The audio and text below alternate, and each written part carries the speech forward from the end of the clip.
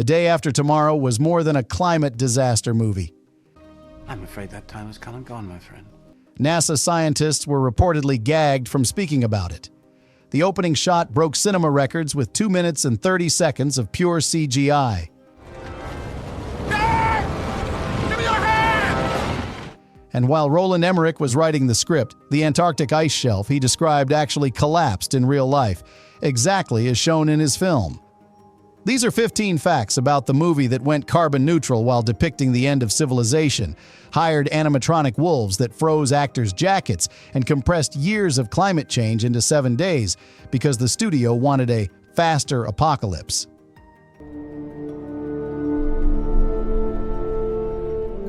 1. The NASA gag order scandal. When The Day After Tomorrow approached theatrical release, leaked internal emails suggested NASA scientists were strictly forbidden from giving media interviews about the film's scientific accuracy. The Bush administration was reportedly terrified the movie's alarmist message would spark a political firestorm and energize environmental activists demanding immediate action. NASA eventually relaxed restrictions and allowed some carefully selected scientists to speak with journalists, but the initial enforced silence created a Streisand effect. The film started feeling like forbidden truth being suppressed by the government rather than just another Hollywood disaster movie. The perceived censorship actually boosted credibility with audiences who assumed that if the government was trying to silence discussion, there must be uncomfortable truths being revealed. Accidental brilliant marketing disguised as political controversy. 2. The reversed ocean Easter egg. There's a massive scientific error in the UN briefing scene where Jack Hall explains the ocean conveyor belt system. The directional arrows on his digital presentation are moving completely backwards from their actual paths. Director Roland Emmerich later admitted they were fully aware the science was incorrect. They deliberately kept the error as a hidden Easter egg for climate scientists and oceanography nerds watching carefully. A subtle acknowledgement that The Day After Tomorrow was playing by its own invented rules of physics rather than adhering to documentary-level accuracy. The reversed arrows became an inside joke among climatologists. They appreciated Emmerich's cheeky admission that entertainment value trumped scientific precision. 3. The record-breaking opening shot. The film begins with a spectacular aerial flyover of the Antarctic Larsen ice shelf, showing massive sections cracking and calving into the ocean. That single unbroken shot lasts 2 minutes and 30 seconds of continuous screen time. Every single frame is entirely computer-generated. At the time of release, it was officially the longest continuous all-CGI shot in cinema history, surpassing even the famous opening of Contact 7 years earlier. The shot required digital artists working for months to hand-animate realistic ice-cracking patterns, the physics of massive chunks falling into water, and atmospheric lighting conditions. An enormously expensive technical flex most audiences probably didn't consciously notice as CGI, because it looked so photorealistic. 4. The stolen Superstorm inspiration. The Day After Tomorrow isn't based on peer-reviewed climate science papers or academic research. It's adapted from the speculative nonfiction book The Coming Global Superstorm by Art Bell, the legendary paranormal radio host of Coast to Coast AM and science fiction author Whitley Strieber. Roland Emmerich discovered the book by chance in a hotel gift shop while filming The Patriot. He decided on the spot that global warming as monster movie would be his next big project. The book's central premise, rapid climate change triggering catastrophic events within a human lifespan rather than across centuries, gave Emmerich the justification he needed for immediate disaster spectacle. The irony is that one of Hollywood's biggest climate change films was inspired not by climatologists, by a radio host famous for discussing UFOs, ghosts, and government conspiracies. 5. The $125 million carbon-neutral production. The profound irony of making a blockbuster warning about CO2 emissions while consuming massive amounts of fossil fuel wasn't lost on Emmerich. The Day After Tomorrow became one of the first major Hollywood productions to officially go carbon neutral. Emmerich personally paid reportedly hundreds of thousands of dollars, to plant thousands of trees and invest in renewable energy projects, mathematically compensating for the massive amounts of jet fuel, diesel generators, and electricity consumed during the 11-month Montreal shoot. The production tracked every gallon of fuel burned, every kilowatt of power used, every flight taken, then purchased carbon credits to neutralize the environmental impact. A genuine attempt to practice what the film preached, though critics pointed out the absurdity of spending $125 million to warn people about consumption while engaging in massive consumption. 6. The LIDAR Manhattan clone. To make the flooding and freezing of New York look absolutely photorealistic, the visual effects team didn't just build rough approximations. They used cutting-edge LIDAR laser scanning to digitally map 13 actual city blocks of Manhattan with millimeter-level precision. Over 50,000 individual photographs captured ultra-high-resolution textures. Every architectural detail, window, fire escape, and weathered surface, including the subtle ways century-old structures tilt and settle under their own weight. This allowed effects artists to drain the streets, flood the buildings, and freeze the entire city as a perfect 1.1 digital replica. Obsessive detail unprecedented for 2004. It's why the New York destruction sequences still look convincing 20 years later, when most CGI from that era looks dated and artificial. 7. The Yoda name. Tag secret. Hidden Easter egg almost no one notices. During the academic decathlon competition scenes, if you look closely at background student name tags, one participant's tag simply reads Yoda, a tribute planted by the prop department to the Star Wars franchise. A playful suggestion that even in the middle of catastrophic climate collapse and the end of civilization, the Force is still with us. And Jedi might be competing in high school trivia contests. The kind of invisible joke existing purely for eagle-eyed fans and bored prop makers. No narrative purpose beyond making the crew laugh. 8. The Mexican border irony. One of the most politically provocative scenes shows desperate Americans illegally crossing into Mexico as climate refugees, fleeing the frozen wasteland that the United States has become.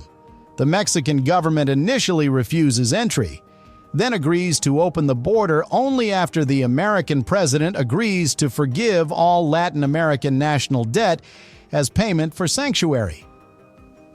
This complete reversal of contemporary immigration politics was so uncomfortable that some test audiences in conservative areas reportedly hissed, booed, and shouted at the screen.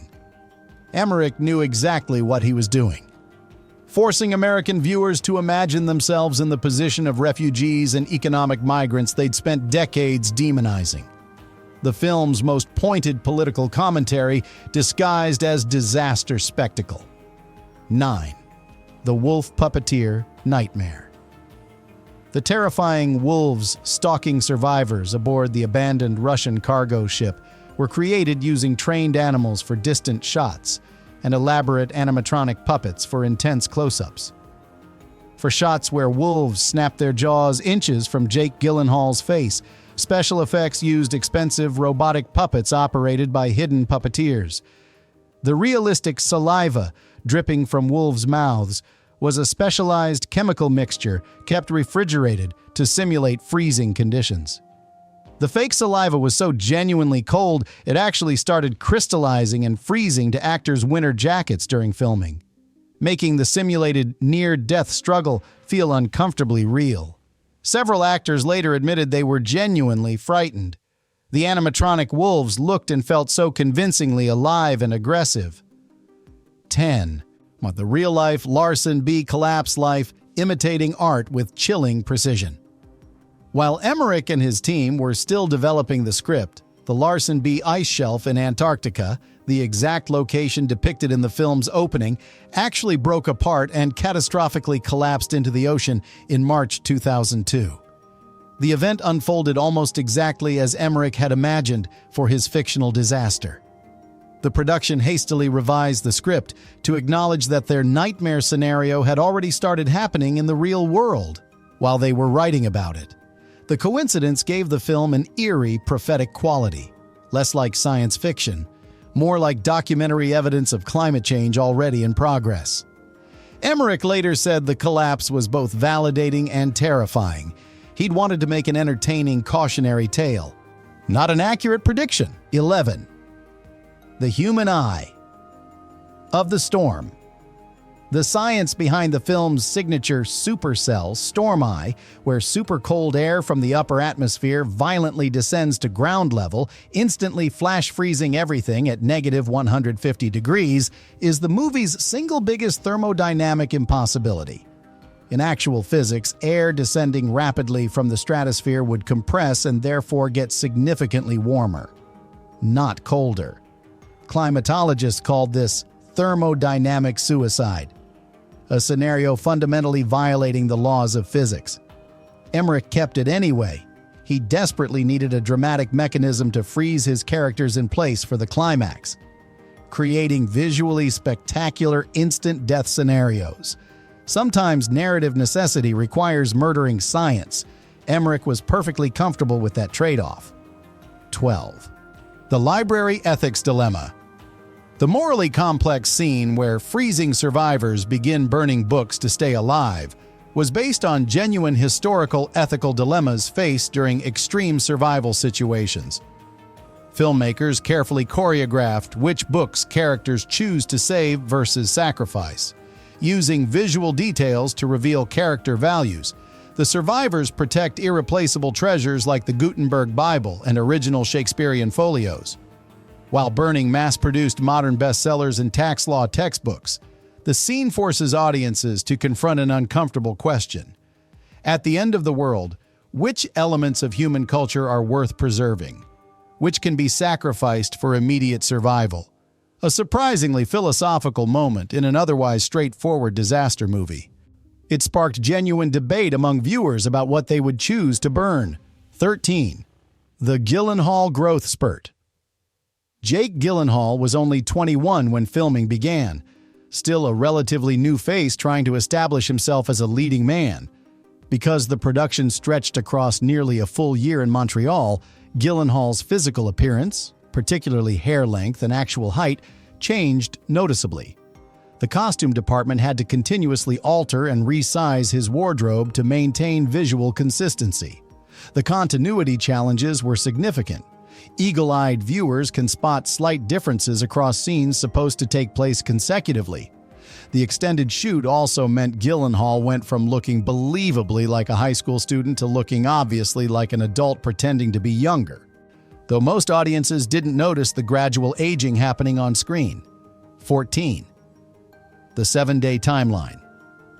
In early drafts, the catastrophic shift into a new ice age unfolded gradually across multiple years, giving humanity time to adapt, migrate, and respond. Studio executives felt that multi-year timeline was far too slow for a summer blockbuster needing constant tension. They forced writers to compress from years to weeks, then ultimately to just 7 days from initial storm to full glaciation.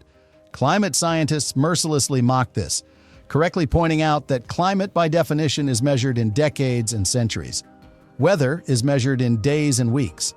The film depicts catastrophic weather pretending to be climate change. Scientifically nonsensical. But the 7-day structure created ticking clock urgency that summer audiences demanded. Accuracy sacrificed for pacing. 15. The Vice President's shadow. Vice President Raymond Becker was a deliberately transparent political critique of then Vice President Dick Cheney. The signature glasses. The stubborn ideological refusal to acknowledge environmental science. The prioritizing of corporate interests over human welfare. Becker was designed as the film's human villain, representing real-world political obstruction. Emmerich has been coy about directly confirming the Cheney connection, but the parallels are impossible to ignore. The climactic moment where Becker publicly apologizes and admits scientists were right all along was pure wish fulfillment fantasy. An imagined scenario where powerful politicians actually acknowledge reality and change positions based on evidence. The film released during the 2004 election year. Many interpreted it as pointed critique of the Bush administration's environmental policies, disguised as entertainment. So if the Ice Age arrives tomorrow and temperature drops 50 degrees in an hour, are you burning books in the library or making a run for the Mexican border? Let me know in the comments if the reverse migration scene was brilliant political commentary or went too far. If you want more deep dives into movies that turned weather into the ultimate monster, hit subscribe.